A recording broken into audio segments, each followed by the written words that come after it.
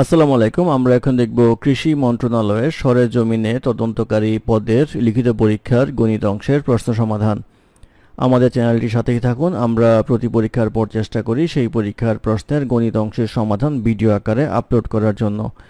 অঙ্ক শুরু হবে 12 নম্বর অঙ্ক দিয়ে। 12 নম্বর অঙ্কে বলা ছিল এক ব্যক্তি ক্রয় মূল্যের উপর 50% হিসাব করে বিক্রয় মূল্য নির্ধারণ করে। সে নির্ধারিত বিক্রয় মূল্যের উপর 10% কমিশন দিয়ে জিনিস বিক্রয় করে। তার মোটের উপর শতকরা কত লাভ হবে? তো এখানে বলা হচ্ছে এক ব্যক্তি ক্রয় মূল্যের উপর 50% হিসাব করে বিক্রয় মূল্য নির্ধারণ করে। তাহলে আমরা ধরি ক্রয় মূল্য 100 টাকা, অতএব 50% হিসাব করে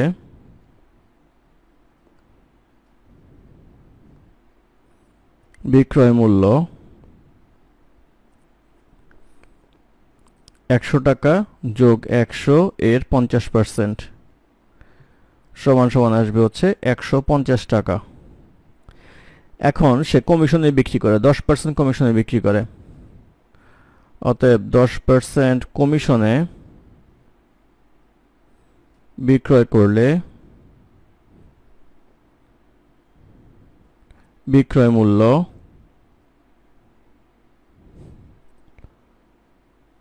ইকুয়ালস আসবে 150 বিয়োগ 150 এর 10% ইকুয়ালস আসবে হচ্ছে 150 মাইনাস 15 আসবে হচ্ছে 135 টাকা। এটা হচ্ছে আলটিমেট বিক্রয় মূল্য, সে বিক্রি করে 135 টাকা পায়। অতএব লাভ ইকুয়ালস আসবে হচ্ছে 135 বিয়োগ 100, এটা হচ্ছে ক্রয় মূল্য, আর বিক্রয় মূল্যের পার্থক্য 35 টাকা। অতএব শতকরা লাভ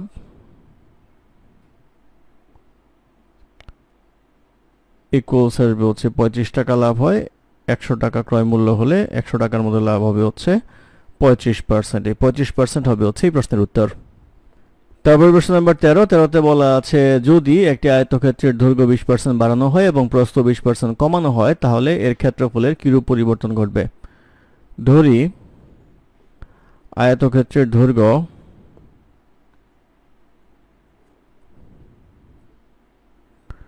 ইকুয়ালস 10x, প্রস্থ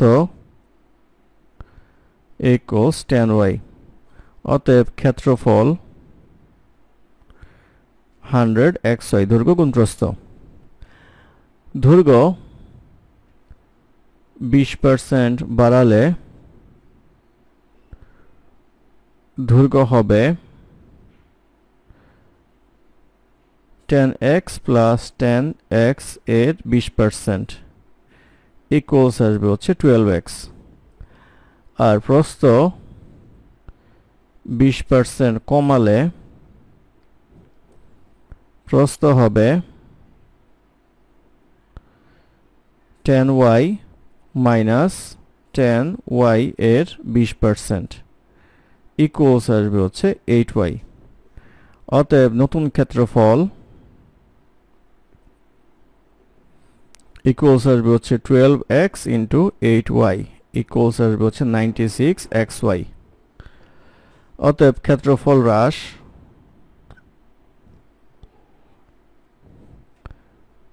100xy ছিল, এখন হয়ে গেল 96xy ইকুয়ালস আসবে হচ্ছে 4xy। অতএব ক্ষেত্রফলের শতকরা পরিবর্তন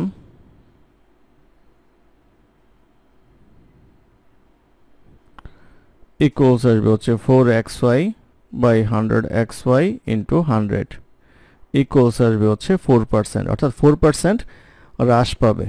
এটি হবে এই প্রশ্নের উত্তর। তারপর প্রশ্ন নাম্বার 14তে বলা আছে একটি পরীক্ষায় 85% পরীক্ষার্থী পদার্থবিদ্যায়, 81% পরীক্ষার্থী রসায়ন শাস্ত্র এবং 76% পরীক্ষার্থী উভয় বিষয়ে পাশ করেছে। শতকরা কতজন পরীক্ষার্থী উভয় বিষয়ে ফেল করেছে? তো দেওয়া আছে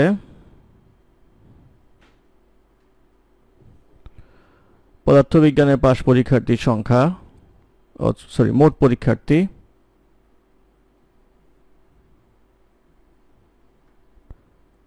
NS ইকুয়ালস 100 জন। পদার্থবিদ্যায়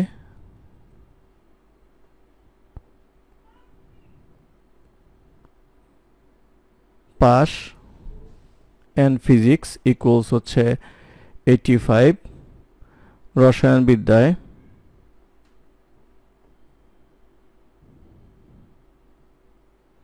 পাস অ্যান্ড সি ইকুয়ালস বলা আছে হচ্ছে 81, উভয় বিষয়ে পাস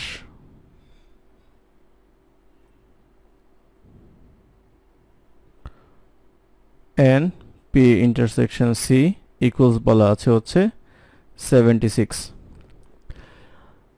জানতে চাওয়া হয়েছে উভয় বিষয়ে ফেল, উভয় বিষয়ে ফেল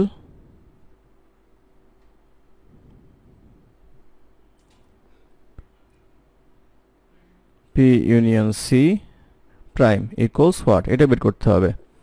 তো সূত্র অনুযায়ী আমরা জানি N P union C prime equals হচ্ছে এন এস অর্থাৎ সম্পূর্ণ set minus N P plus N C minus N P intersection C. তো এন এস হচ্ছে আমাদের 100 মাইনাস এন পি হচ্ছে আমাদের 85 প্লাস 81 মাইনাস 76, এটা করলে আসবে হচ্ছে 10, অর্থাৎ উভয় বিষয়ে ফেল শিক্ষার্থীর সংখ্যা হচ্ছে 10 জন। এটি এই প্রশ্নের উত্তর। তারপর প্রশ্ন নাম্বার 15, 15তে বলা আছে x ইকুয়ালস √3 মাইনাস 1/x হলে x কিউব প্লাস 1/x কিউবের মান কত। তো এটা করলে আমরা পাবো হচ্ছে x প্লাস 1/x ইকুয়ালস √3, আর এটা সূত্র আসবে হচ্ছে x plus 1/x whole cube minus 3x 1/x into x plus 1/x।